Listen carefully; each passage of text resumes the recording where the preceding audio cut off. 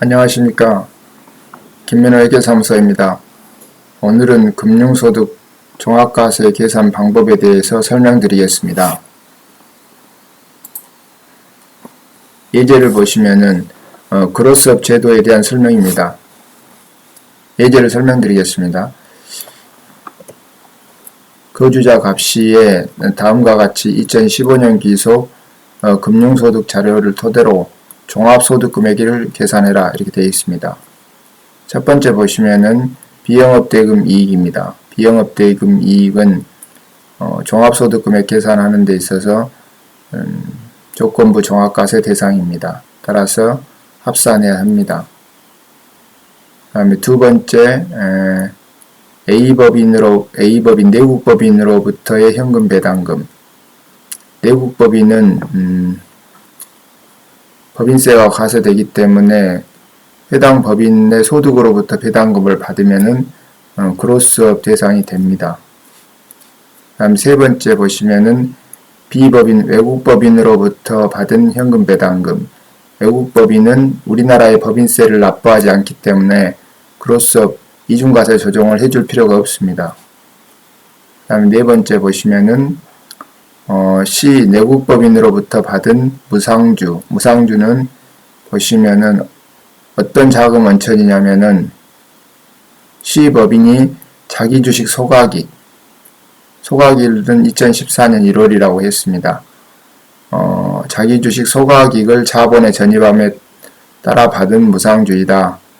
원래 자기 주식 소각익, 즉 감자차익을 재원으로 해서 자본에 전입하는 경우에는 입금 산입 항목이 아닙니다. 그렇지만은 단기 소각 주식 2년 이내에 자본 전입하는 경우에는 의제배당으로 이제 보고 있습니다. 의제배당은 맞는데 대신 이제 감자차익 부분이 입금 항목이 아니기 때문에 이중과세 조정을 할 필요가 없습니다. 다음 다섯 번째 보시면은 D법인 소득공제를 적용받는 유동화 전문회사로부터 받은 배당금. 유동화 전문회사는 법인세를 납부하지 않기 때문에 이중과세 조정할 필요가 없습니다. 의제배당은 맞습니다. 이것도 배당은 맞고, 여기도 무상주 받은 것도 의제배당 맞고, 현금배당 맞고, 비영업대금 다 맞습니다. 그리고 이법인 외국인 투자기업으로 받은 배당금. 외국인 투자기업으로 받은 배당금 같은 경우에는 보시면은 배당금이 이제 1000만원을 받았는데요. 이 1000만원 중에서 감면받은 부분에 대한 것은 그로스업 대상이 아니고 감면받지 않는 부분에 대한 것이 그로스업을 합니다. 그래서 여기는 감면받은 부분에 대한 걸로 그로스업 아닌 것을 먼저 계산해 보겠습니다. 그러면 1000만원 곱하기 직전 2개년도 소득금액이 5억입니다. 그 다음에 2개년도 감면 대상 소득이 2억. 그리고 감면 비율이 50%다. 이러면은 얼마 나오냐면은 2억 나누기 5억 곱하기 0.5 곱하기 1000만원. 그러면은 200만원입니다. 그러면은 200만원이 감면 대상이 아니고 800만원이 그로스업 대상입니다. 그로스업 대상이기 때문에 이 1000만원은 200만원은 그로스업 아니고 800만원은 그로스업 대상이다. 그러면은 종합소득 금액 계산할 때 그로스업 대상인 200만원하고 800만원이 1000만원이 그로스업 대상이고 그 다음에 그로스업 대상 아닌 것 중에서 이자하고 배당을 보면은 이자 부분이 4000만원, 그 다음에 배당 부분이 그로스업 아닌 게 400만원, 600만원, 1000만원 했다가 800만원, 1800, 그 다음에 200만원하고 2000만원입니다.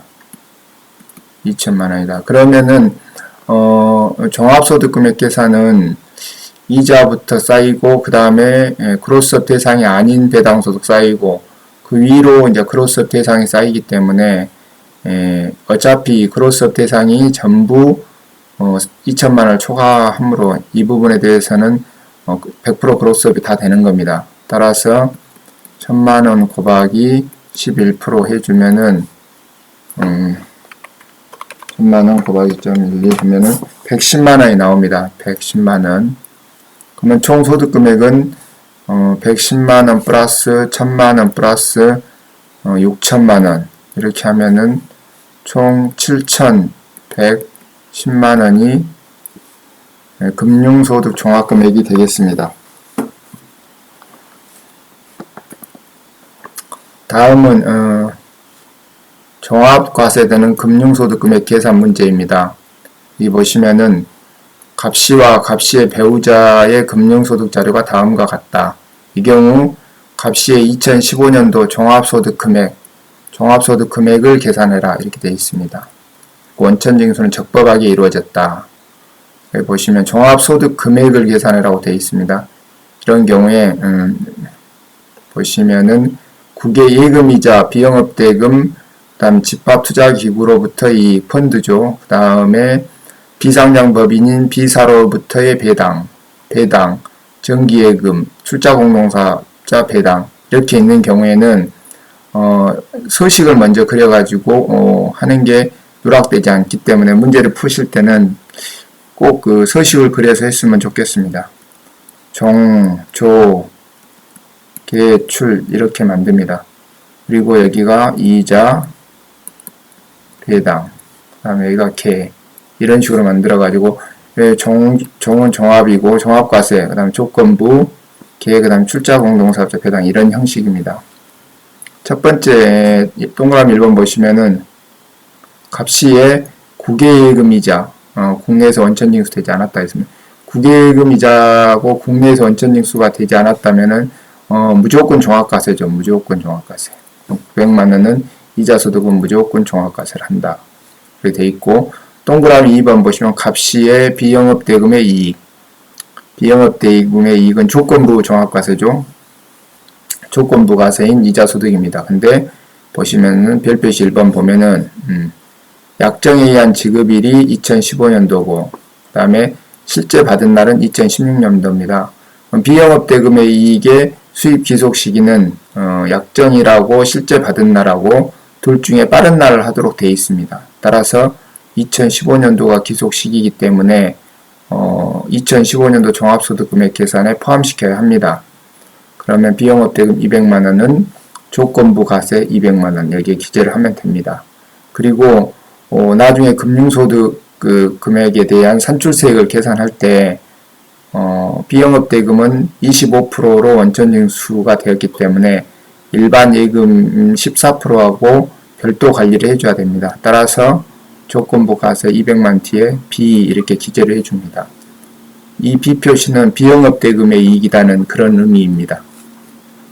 다음 세 번째 동그라미 세 번째 보시면은 집합투자기구로부터 이익, 펀드의 이익입니다. 펀드의 이익은 우리가 직접 투자해가지고 발생된 이익의 과세 방법하고 펀드로 인한 이익 방법하고 과세 방법이 거의 유사하기 때문에 비교해서 이 500만원을 구분해야 합니다. 그리고 펀드는 펀드 자체에는 법인세를 과세하지 않기 때문에 펀드로부터 받은 이익은 이중과세 조정해 줄 필요가 없습니다. 따라서 크로스업을 하지 않습니다. 별표시 2번을 보시면 운용수수료 20만원을 차감한 후의 금액이다. 이 펀드의 이익은 배당으로 보는 펀드의 이익은 필요경비를 인정하지 않고 이 운용수수료를 차감한 후의 네트 금액이 배당 금액이 됩니다. 배당 금액이 되고 그 금액이 배당 소득 금액이 배당 소득이 되는 거죠. 배당 소득이 보겠습니다. 300만원은 비상장 주식의 매매 차익. 비상장 주식 매매 차익은 직접 투자를 했을 경우에도 양도소득세로 과세되고 있기 때문에 과세소득입니다. 이 부분은 과세소득이고 그 다음에 200만원은 상장 주식의 매매 차익이다.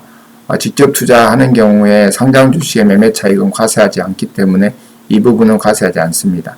따라서 300만원만 과세소득으로 봅니다. 그리고 크로스업을 하지 않는 조건부 과세가 되는 거죠. 300만원 배당으로 보고요. 크로스업 대상은 아닙니다. 그리고 동그라미 4번 보시면은 갑시의 비상정법인 B사로부터의 배당이다. 비상정법인은 법인세가 과세됐기 때문에 다시 그로부터 배당을 받으면 이중과세 조정을 해줘야 합니다. 5,400만원은 어떻게 돼 있나 보면은 B사의 잉여금 처분 결의일은 15년도이고 배당금 수령일은 16년도이다. 그러면 수입의 기속 시기는 언제인가? 배당금은 잉여금 처분 결의일이 수입 시기입니다. 따라서 2015년도 종합소득금액 계산할 때 포함해줘야 합니다. 그러면 B사로부터 1,400만원 받은 부분은 조건부 과세이죠. 조건부 1,400만원. 그리고 이중과세 조정을 해줘야 되기 때문에 그로스업 G를 표시를 해주는 겁니다. 다섯 번째, 동그라미 다섯 번째는 갑시의 배우자의 정기예금이자. 정기예금이자 300만원은 이자 소득에 포함, 조건부 과세되는 이자 소득에 포함시켜야 됩니까? 아닙니다. 여기 보시면은 배우자의 정기예금이자 소득이기 때문에 갑시의 종합소득금액 계산에는 합산하지 않습니다.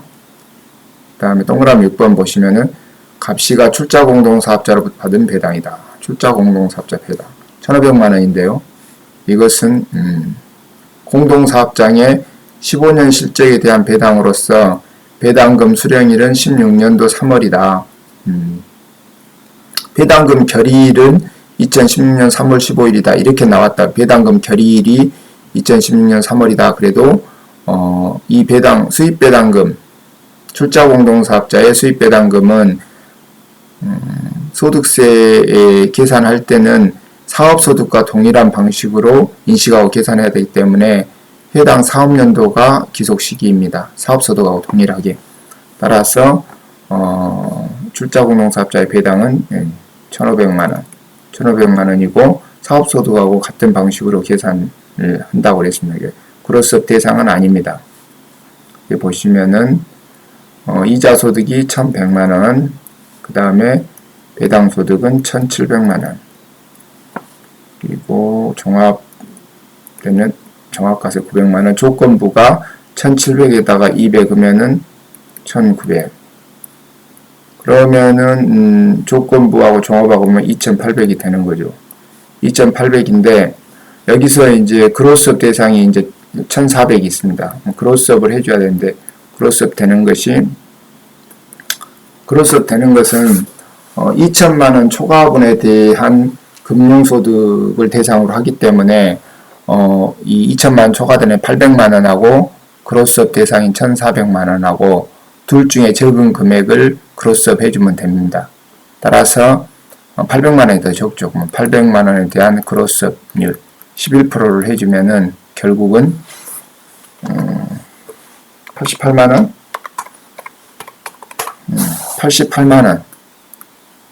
88만원이 그로스업 대상이 되는 겁니다. 따라서 금융소득 금액, 종합소득 금액은 출자공동사업자 배당은 1,500만원, 그 다음에 조건부